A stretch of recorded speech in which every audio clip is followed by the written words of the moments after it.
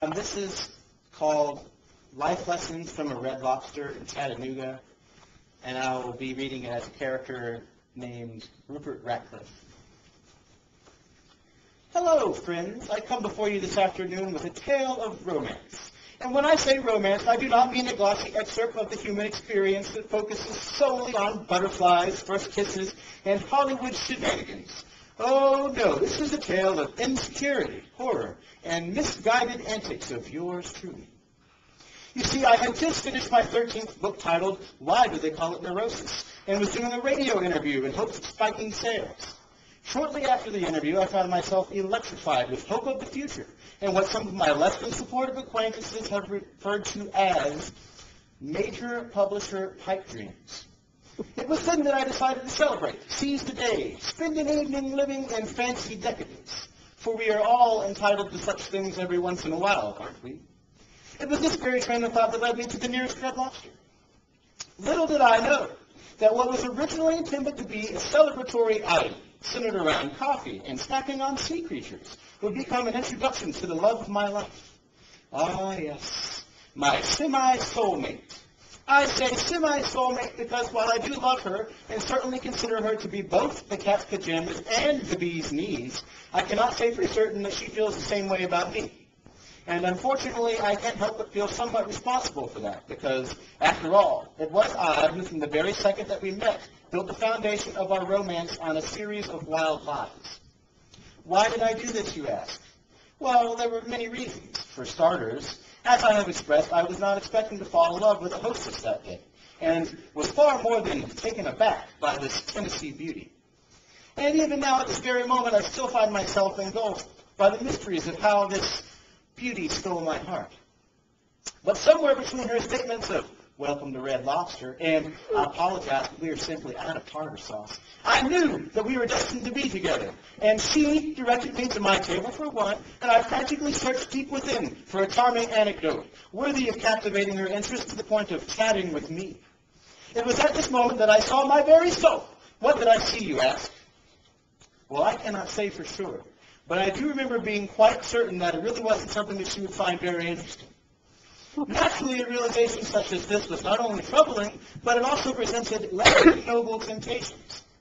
I couldn't help but think about how I would be far more likely to gain the affections of this flounder-pushing fair maiden if I stretched the truth just a bit, making myself appear to be a bit more edgy, wild, and likable.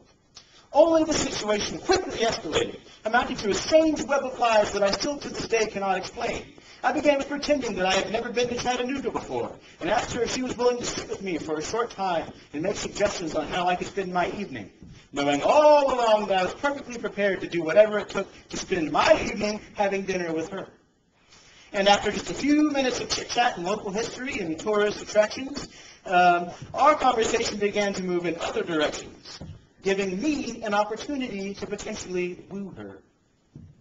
It was at this time that I began to get carried away.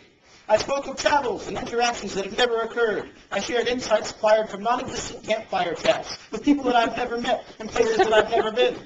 I rambled on about a wide variety of outlandish experiences and thoughts that in no way revealed my true character. And this sweet, sweet lady was loving every minute. Things were going just as I hoped they would. Until, during a quick visit to the urinal, the strangest thing happened. An abrupt feeling came over me, a feeling that is probably comparable to the feelings that many of you have had towards me for the last 60 seconds. Feelings that I am a sellout, a liar, or maybe even a spineless swine. It was this very revelation, this very moment of clarity, this epiphany that led me back to the table with an eagerness to adopt an entirely new approach. The truth.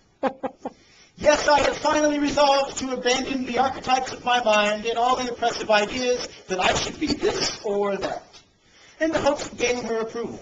As I sat down, I immediately admitted that I had not been entirely truthful, and it felt so good.